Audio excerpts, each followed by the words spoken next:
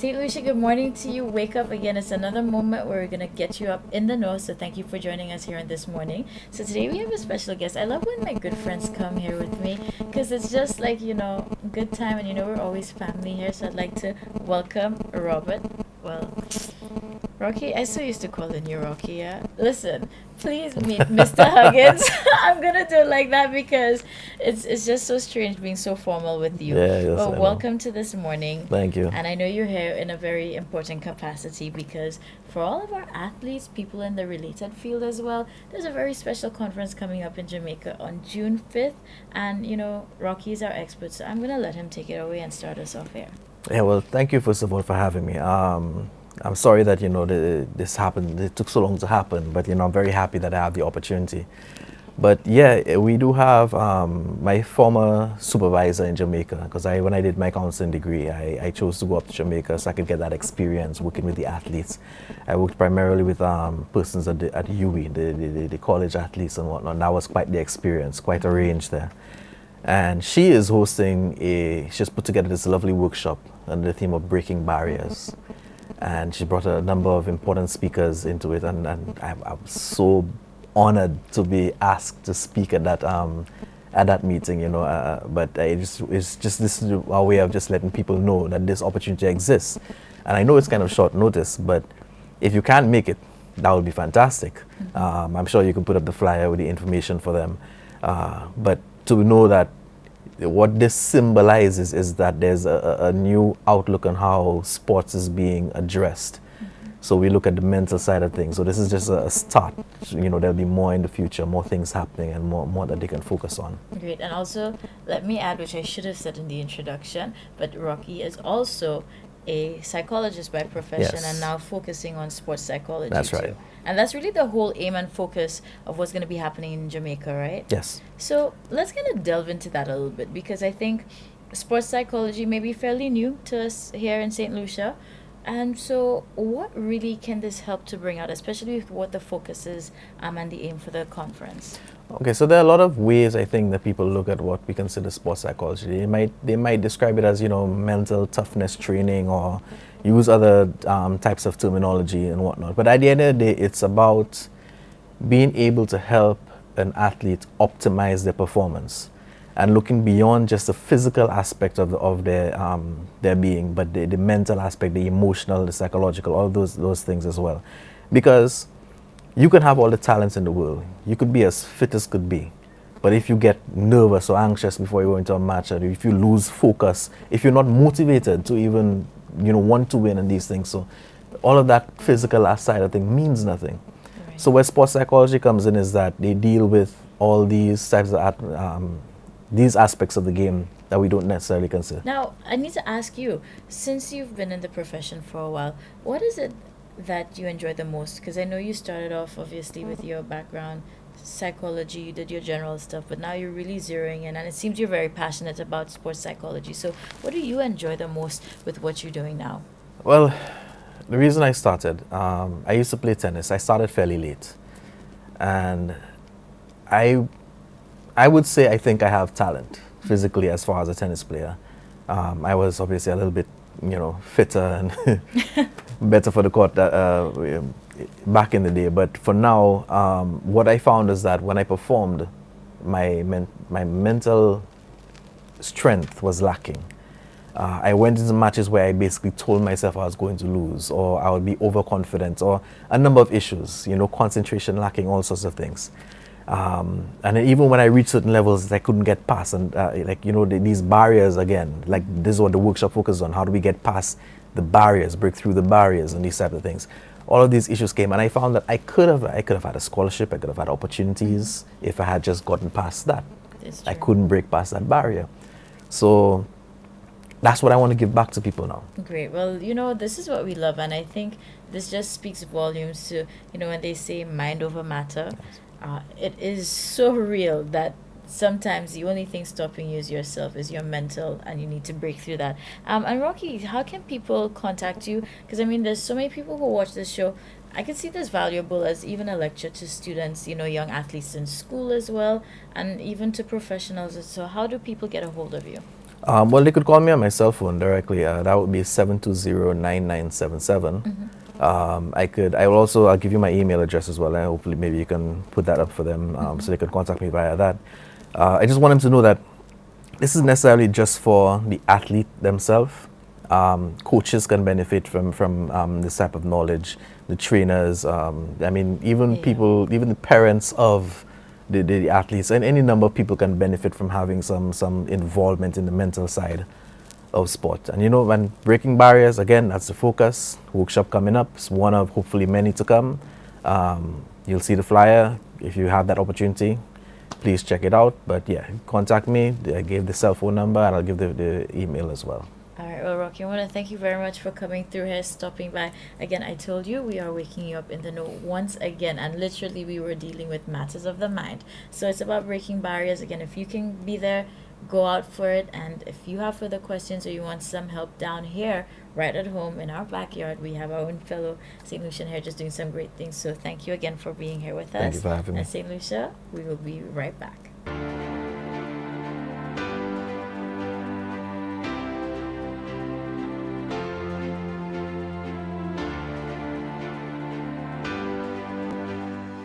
Good morning to you, St. Lucia. It is time to wake up. This morning is here. And if you notice, I sort of have a calm, soothing voice. At least I hope I do, because I'm trying to add to the setting and the ambience here. We are at the Balanced Life Traditional Healing Center. And I'm so happy to meet up once again with Dr. Ina Joseph. How are you today? I'm very good, thank you.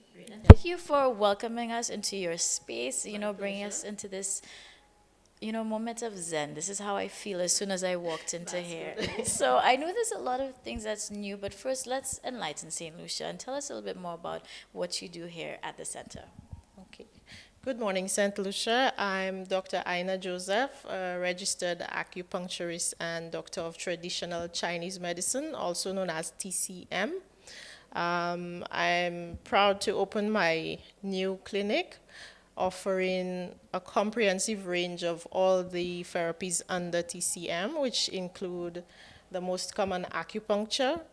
We also have cupping therapy, Chinese herbal medicine, Tui Na, or Chinese therapeutic massage. Also a few periphery therapies to acupuncture, such as electroacupuncture, moxibustion, and of course facial rejuvenation acupuncture. All right, perfect. Now, one thing with the name, of course, traditional stood out for me. And so why did you choose to focus on that? Because there's so many fields, that you can specialize in, but since you're going the traditional route, what really drew you to that sort of method and that work? Okay, well, healing and health has always been an interest of mine from childhood, but even more so, ancient resonates with me, bringing back ancient systems of healing, and I guess that influenced my decision to do traditional Chinese medicine, maybe compared to naturopathy or one of the more modern natural therapies, because I see something of value that's being lost as we become more and more technological, digitized, and there's value in ancient, and I want to keep that alive. Great. Yeah. Now, with the services that you offer, which would be amongst the most popular thus far with your clients? Well, definitely it's acupuncture, because it's worldwide the most popular TCM therapy, and it has a very effective track record with healing issues like pain and general issues like headaches and insomnia. So how long have you been in the field for? After graduating in 2012, I graduated in 2012, so this would be about 6 years now, in a combination of practicing in Canada, Barbados, and now St. Lucia. Nice. So what is the thing that you enjoy the most about what you do and how you're able to help persons? What I enjoy the most is the freedom aspect, I would say. It's no day is the same as yesterday. I have some cases that just show up out of the blue, and sometimes it's a little freaky because they show up according to something I was thinking about yesterday. And it's not just about work or coming to my job. It's a lifestyle for me. It's intertwined into my everyday living, my idea of how life works, and the things I do, and how I live my life in generally.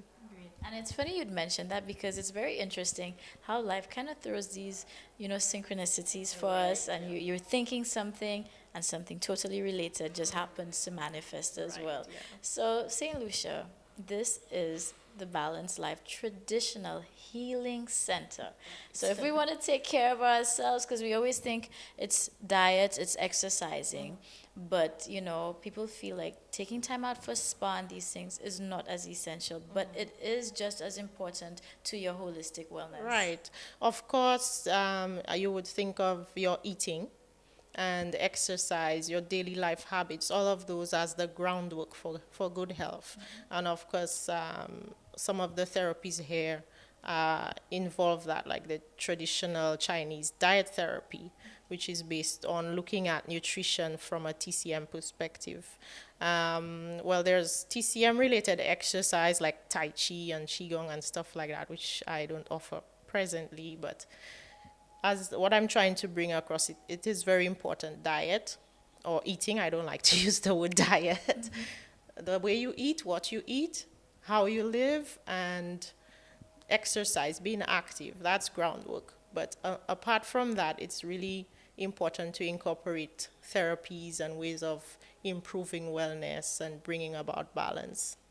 Yeah. Well, you see, this is exactly why we had to make a stop by today, St. Lucia. So, of course, it's Balanced Life Traditional Healing Center. And where is the location, and how can St. Lucia reach you? I'm located on the second floor of the Providence building in Rodney Bay. That's right off the main Grizzly bus stop.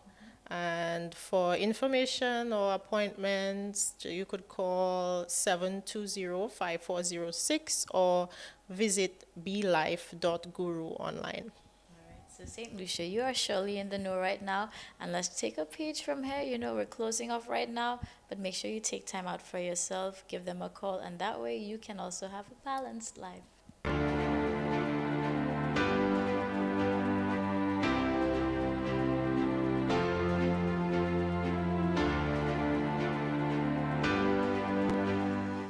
Hello, St. Lucia. Good morning and welcome back to This Morning. We always love when the youth is taking action, and they're surely doing that.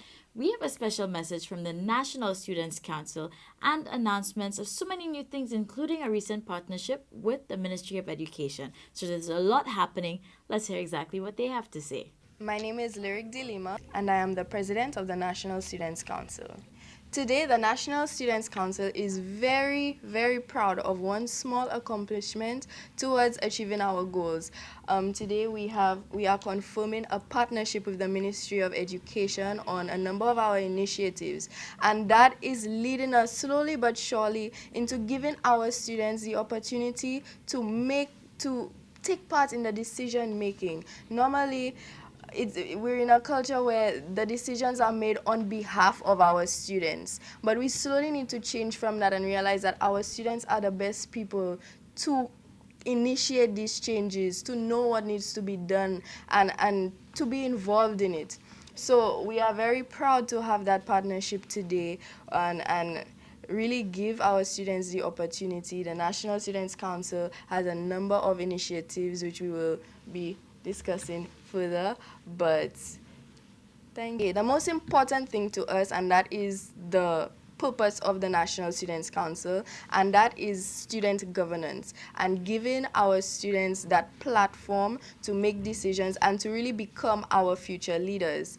Our first initiative is the National Students Governance Day, which we want to become national elections for all schools to elect their student councils, and this gives our students an opportunity to really be involved. My name is Mariah James. I'm the floor representative on the National Students Council.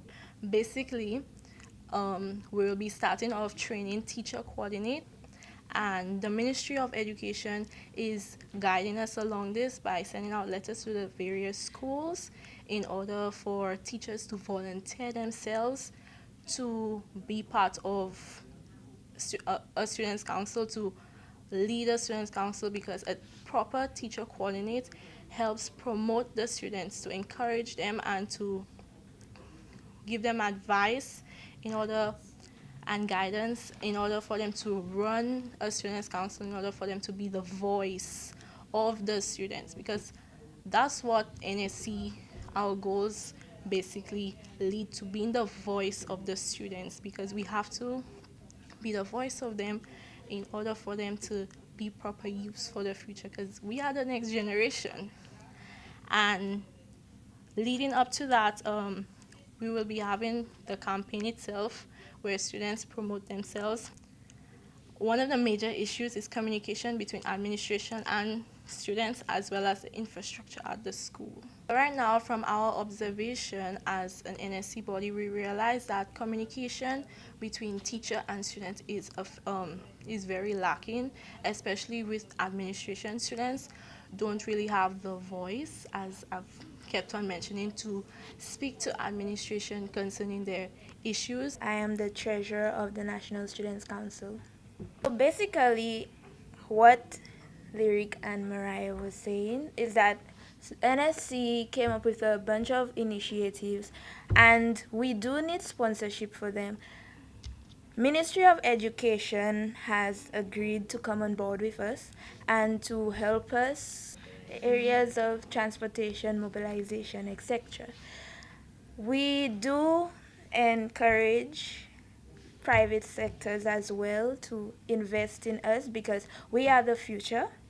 We are the generation, the upcoming generation, and we do need the needed support from various people. This is our Tuesday Flow, everybody. I hope you're feeling really good. This has been This Morning today, and I'm feeling very good. You should have those positive vibrations as well. And I want to say special good morning to anybody celebrating a birthday today. So go out, each and every one of you. Be amazing. Spread the word, because this morning is here. And tomorrow we'll be back for Hump Day, Midweek Wednesday, and so much more. I'll see you then.